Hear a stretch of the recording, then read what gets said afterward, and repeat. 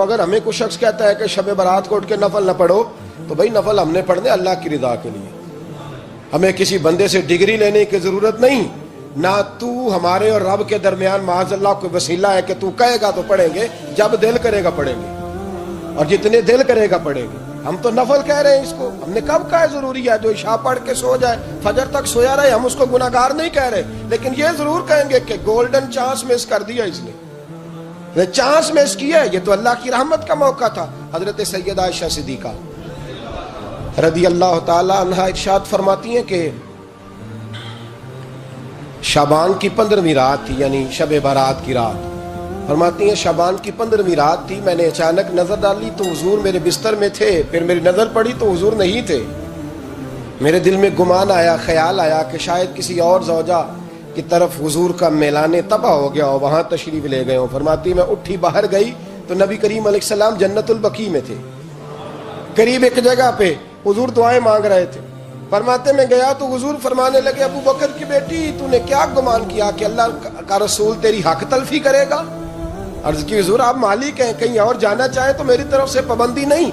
کہتی ہے وہاں کھڑے کھڑے میرے رسول کریم نے بیان فرمایا، یہ ترمذی کے لفظ ہیں، حضور نے فرمایا عائشہ یہ شعبان کی 15ویں رات ہے، مدینے میں سب سے زیادہ بکریاں بنو کلب کا قبیلہ پالتا تھا، فرمایا آج کی رات بنو کلب کے قبیلے کی بکریوں کی تعداد کے مطابق اللہ میری امت کے لوگوں کی بخشی فرما دے گا۔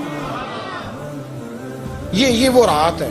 جناب عائشہ صدیقہ رضی اللہ تعالی عنہ نے بات رات کو سنی تنہائی میں نبی پاک سے، رات کو تنہائی میں حضور سے سنی، سویرے جناب عائشہ نے کل امت کو بتائی۔ اگر یہ بات اہمیت والی نہ ہوتی تو بی بی صاحبہ آگے روایت کرتی، یہ کتابوں میں آتی، یہ لوگوں کو بتاتی۔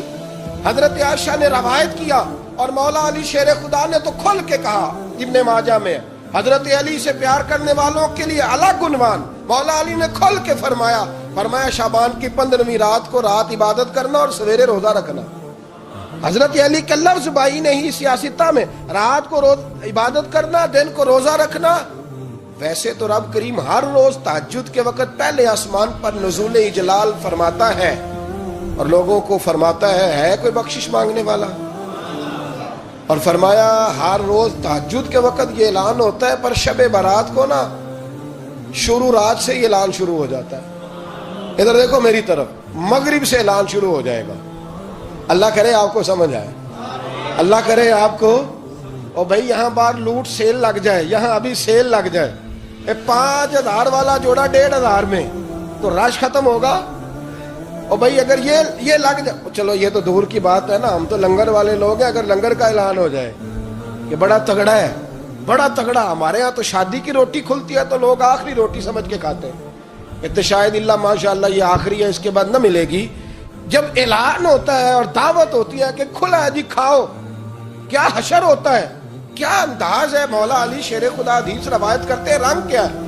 فرمایا باقی راتوں میں نا تھوڑا سا پیکج ہوتا ہے، تھوڑا سا، آخری حصے میں رات کے شب برات کو نا رات چڑھتے ہی اللہ پہلے آسمان پر جو اس کی شان کے لائق ہے نزول جلال فرماتا ہے، اور پہلا جملہ یہ فرماتا ہے کوئی معافی مانگنے والا؟ اللہ کرے آپ کو سمجھ آئے، یعنی معافی دینے والا کہہ رہا ہے چلو آؤ ادھر آؤ، ذرا معافی مانگو، میں معاف کرنے آیا ہوں، مانگو معافی۔ ہے کوئی معافی مانگنے والا؟ معاف کر دیں گے۔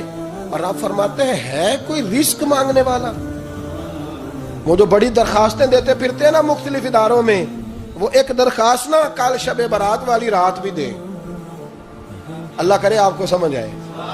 وہ جو کہتے ہیں نا بڑی بڑی کمپنیوں میں نے اپلیکیشن جمع کرائی ہے تو کہیں کام نہیں بن رہا تو نسخہ دے رہا ہوں، ایک اپلیکیشن کل رات بھی جمع کراؤ انشاءاللہ کام بن جائے گا۔ اور میں نہیں کہہ رہا، مولا علی شیر خدا فرما رہے ہیں، اور وہ خود نہیں فرما رہے، وہ نبی پاک کا فرمان نقل کر رہے ہیں، اور وہ رسول اللہ صلی اللہ علیہ وسلم کی بات نہیں بیان کر رہے، وہ کہتے ہیں رب فرماتا ہے کوئی روزی مانگنے والا؟ سارے سیٹھوں، نوابوں، جاگیرداروں کے پاس جا جا کے تھک گئے ہو، ایک دن میرے کہنے پر، ایک رات، ایک دیہڑی ذرا شب برات والی لگا کے تو دیکھو۔ پر شرط یہ ہے کہ یقین کامل ہو، ارادہ یہ، مطلب اللہ معاف کرے، آپ نے ناراض نہیں ہونا، لیکن وہ ماحول اس طرح کا ہے کہ شب برات کو ایک دو ساتھی کو کہا رات کو عبادت کر کہتے جی وہ تو ٹھیک ہے پر سویرے چھٹی نہیں، کام کرنا ہے. یعنی رب کہہ رہا ہے کہ تو آ جا شب برات کی رات، جو مانگے گا وہ تجھے. لیکن یہ ادھر نہیں توجہ کر رہا، یہ کہتا ہے سویرے 10 بجے دکان نہ کھلی تو مشکل ہو جائے گی، دفتر نہ گیا تو حالات. آپ دیکھیں ذرا، اب جب یقین اس طرح کا ہو تو پھر تو بھائی ساری زندگی اداروں میں درخواستیں دینی ہے. پھر آپ جیسا آپ کا مزاج ہوگا، اللہ تعالیٰ تو بندے کے گمان کے قریب ہے. تو میرے رسول پاک علیہ السلام نے ہمیں یہ میسج دیا، پیغام دیا، فرمایا اس رات جو اولاد مانگے گا رب اسے بھی عطا فرمائے گا. اس رات جو اللہ سے بخشش مانگے گا اللہ اسے بھی دے گا. اس رات جو رب کریم سے عزت مانگے گا اللہ اسے بھی عطا کرے گا. شارحین نے لکھا اس رات جو رب سے پردہ پوشی مانگے گا اللہ اسے پردہ پوشی بھی عطا کرے گا. جو جنت کا سوالی ہوگا رب اپنے فضل سے عطا فرمائے گا. کوشش فرمائے، کوشش فرمائے. 10 محرم کو ہمارے ہاں لوگ جاتے ہیں قبرستان، وہ کسی حدیث سے ثابت نہیں، میں منع نہیں کر رہا، جائیں 9 محرم کو جائیں، 10 کو جائیں، 11 کو جائیں، 8 کو جائیں، سفر میں جائیں، ربیع الاول میں جائیں، قبرستان میں جب بھی جائیں، منع نہیں ہے. لیکن شب برات والی رات تو خود رسول کریم گئے ہیں نا قبرستان. اب جو بات میں نے سمجھانی ہے اس کو سمجھیں. نبی پاک کی والدہ کا مزار نہیں ہے وہاں جنت البقیع میں. حضور کے کو بھائی بہن، حضور کیا کرنے گئے؟ امت کی بخشش کے لیے گئے. شب برات کی رات لالچی نہ بنے کہ صرف میں نے اپنے لیے روزی مانگنی ہے، کل امت کے لیے مانگے رب کریم سے. مانگے اپنے بھائی کے لیے، مانگے اپنی بہن کے لیے، مانگے اپنے بیٹے کے لیے، مانگے اپنی بیٹی کے لیے، مانگے اللہ کریم. یہ مانگنے کی رات ہے. پچھلی راتی رحمت رب دی کرے بلند آوازہ، بخشش منگن وارے کارن کھلا جے دروازہ. آئیں اللہ کی بارگاہ میں اس رات کو کھل کے دعا مانگیں. قبرستانوں میں نا کچھ قبریں ایسی ہیں کہ جو بتاتی ہیں کہ سالوں بیت گئے ہیں کوئی آیا نہیں.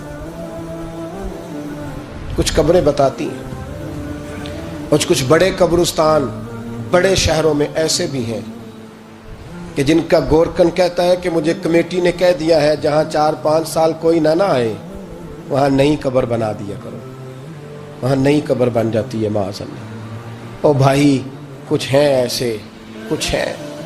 یہ جائیں نا اکبر بادشاہ یہاں لیٹا ہے لاہور میں، تو شعر لکھا ہوا ہے بر مزارے ماں غریباں نے گلے پروانہ سوزز نے صدائے بلبلے.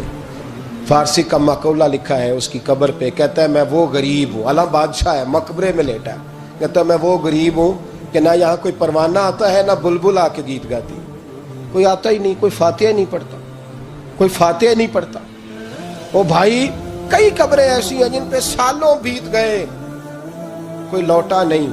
اور مشکات میں حدیث ہے میرے نبی کریم علیہ السلام نے فرمایا جو قبر میں ہوتا ہے وہ تو اس آدمی کی طرح ہے جو دریا میں ڈوب رہا ہے اور وہ انتظار کر رہا ہے کہ میرا بیٹا میرے لیے دعا مانگے، میری بیٹی دعا مانگے. پر بیٹے کو تو 27 سال ہو گئے، ملک سے باہر ہے. کاغذ بنے گے تو ابے کی قبر پہ آئے گا نا، اس کے تو کاغذات ہی نہیں مکمل ہو رہے.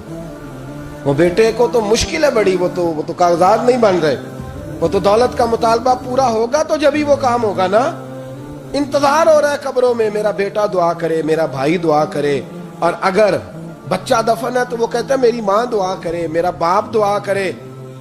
کوشش کریں شب برات بعد از مغرب یہ رواج پیدا کریں. یہ رسول اللہ کا طریقہ ہے صلی اللہ علیہ وسلم. قبرستان میں جائیں اور جا کر کے وہاں اللہ تبارک و تعالیٰ سے دعا مانگیں کہ یا اللہ جو اس قبرستان میں لیٹے ہیں وہ بھی، اور جو آج تک کلمہ پڑھنے والے دنیا سے گئے وہ بھی، اور جو قیامت تک جائیں گے وہ بھی. اے اللہ تو سب کی بخشش فرما دے. اللہ کی رحمت کو محدود نہ کرے کہ صرف مجھے بخش دے، اسے کہیں یا اللہ کل کی بخشش فرما. ساری امت کے لیے دعا کریں. شب برات کی رات نفل پڑھیں. ہمارے ہاں محفل ہوتی ہے ہر سال الحمدللہ، بڑے شوق سے بڑا خوبصورت ہم اہتمام کرتے ہیں. لیکن میں اکثر دوستوں سے کہا کرتا ہوں کہ جن کو اکیلے میں نفل پڑھنے میں مزہ آئے وہ اکیلے میں پڑھیں. کتنی کھلی بات کر رہا ہوں. میں پابند نہیں کر رہا کہ آپ یہاں آئیں گے محفل میں آئیں گے ضروری ہے. بھئی آپ کو اکیلے میں مزہ آتا ہے نا. کچھ لوگ تنہائی میں ہو تو دل زیادہ لگتا ہے، وہ تنہائی میں کریں اللہ اللہ کوئی عرض نہیں. لیکن کچھ ایسے ہیں کہ نعت سنتے ہیں تو دل نرم ہوتا ہے، تقریر سنتے ہیں تو دل نرم ہوتا ہے، تو جن کا اس طرح نرم ہوتا ہے وہ مسجد میں آئے، بات سنے۔ کچھ کو سب کے بیچ بیٹھ کے رونا آتا ہے۔ حضرت سعدی شیرازی فرمایا کرتے تھے کچھ لوگوں کے آنسو مجھے رلا جاتے ہیں، فرماتے ہیں کچھ کی آنکھیں دیکھ کے رو پڑتا ہوں، لہذا میں جب بھی ذکر کرتا ہوں محفلوں میں بیٹھ کے کرتا ہوں، تنہائیوں میں مجھ سے نہیں ہوتا، تو جس سے نہیں ہوتا وہ آئے نا، مسجد میں آئے، رات عبادت کرے۔ کل مغرب سے پہلے پہلے کام سمیٹ لے سارے، اور مغرب کے بعد یہ رات شروع ہوگی، مغرب کے بعد ایک چھٹی کر لو اللہ رسول کے لیے، کر لیں گے انشاءاللہ تعالی ایک چھٹی۔ اور توبہ کی رات ہے یہ، توبہ کرنی۔ توبہ کس کو کہتے ہیں؟ توبہ کا معنی ہے پچھلے گناہ پر پچھتانا، شرمسار ہونا۔